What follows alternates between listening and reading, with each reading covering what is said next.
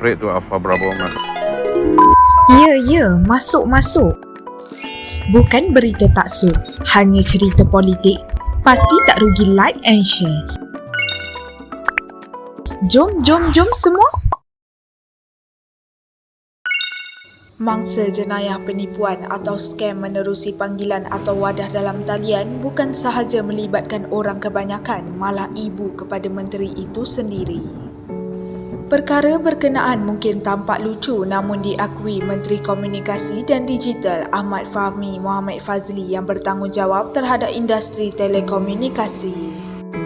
Mak saya pun pernah jadi mangsa skamer, hilang kira-kira 75,000 daripada akaun tabung haji sendiri, katanya ketika berucap pada Majlis Amanat Menteri di sini hari ini. Ini merupakan penampilan buat julung kali Ahli Parlimen Lembah Pantai itu pada program anjuran kementerian tersebut setelah dilantik sebagai menteri pada 3 Disember lepas. Turut hadir pada acara perhimpunan diadakan secara hibrid itu ialah timbalannya Teo Ni Ching dan Ketua Setiausaha Kementerian berkenaan Datuk Seri Mohamed Mentek. Mengulas dengan lebih lanjut, Ahmad Fahmi mengakui beliau terperanjat apabila kes itu diceritakan oleh ibunya kerana sistem kawalan data pelanggan di tabung haji amat ketat.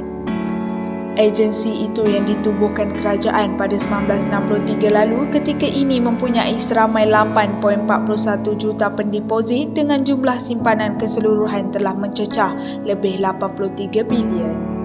Saya berasa amat pelik bagaimana si skamer itu boleh tahu dengan terperinci segala butiran akaun mak saya dan kemudian curi duit yang disimpan di situ. Jelasnya kesal. Tambahan pula, sistem keselamatan data di tabung haji diketahui antara terbaik di dunia dan jauh berbeza dibandingkan dengan institusi perbankan lain yang terdapat di pasaran.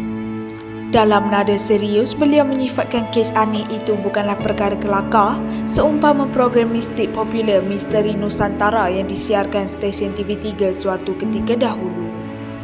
Ahmad Fahmi bahkan menambah, kehilangan simpanan memberi kesan emosi amat besar kepada pendeposit yang bersusah payah berjimat cermat terutama dari kalangan B40.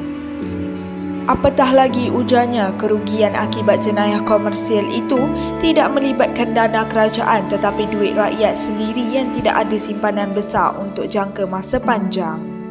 Justeru saya berharap semua agensi di bawah kementerian ini khususnya Suruhanjaya Komunikasi dan Multimedia Malaysia lebih proaktif banteras isu jenayah ini, katanya.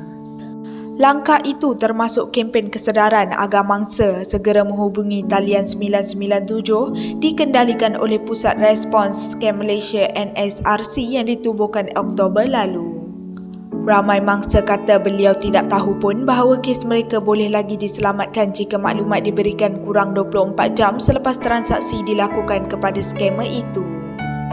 Segala butiran urus niaga, jelas Ahmad Fahmi, boleh diambil tindakan pantas oleh pihak Bank Negara Malaysia untuk menyekat pengaliran keluar dana dari pendeposit tersebut.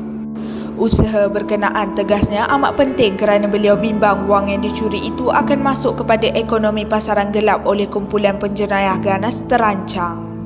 Kita kena serius bendung kes ini kerana saya difahamkan setiap hari sahaja akan ada 60 orang yang jadi mangsa dengan purata setiap orang hilang kira-kira 10,000, katanya. Diulangi, artikel ini diambil dari artikel berkenaan. Kami tidak bertanggungjawab kerana pihak kami tidak tahu kesahihan berita yang dikeluarkan artikel berkenaan. Menghayati hiburan boleh, jangan sampai kita melibatkan diri dengan fitnah dan buka aib mereka.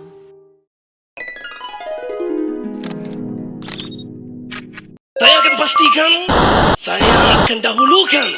Pada tahun 2020, ibu tunggal diutamakan, janda didahulukan.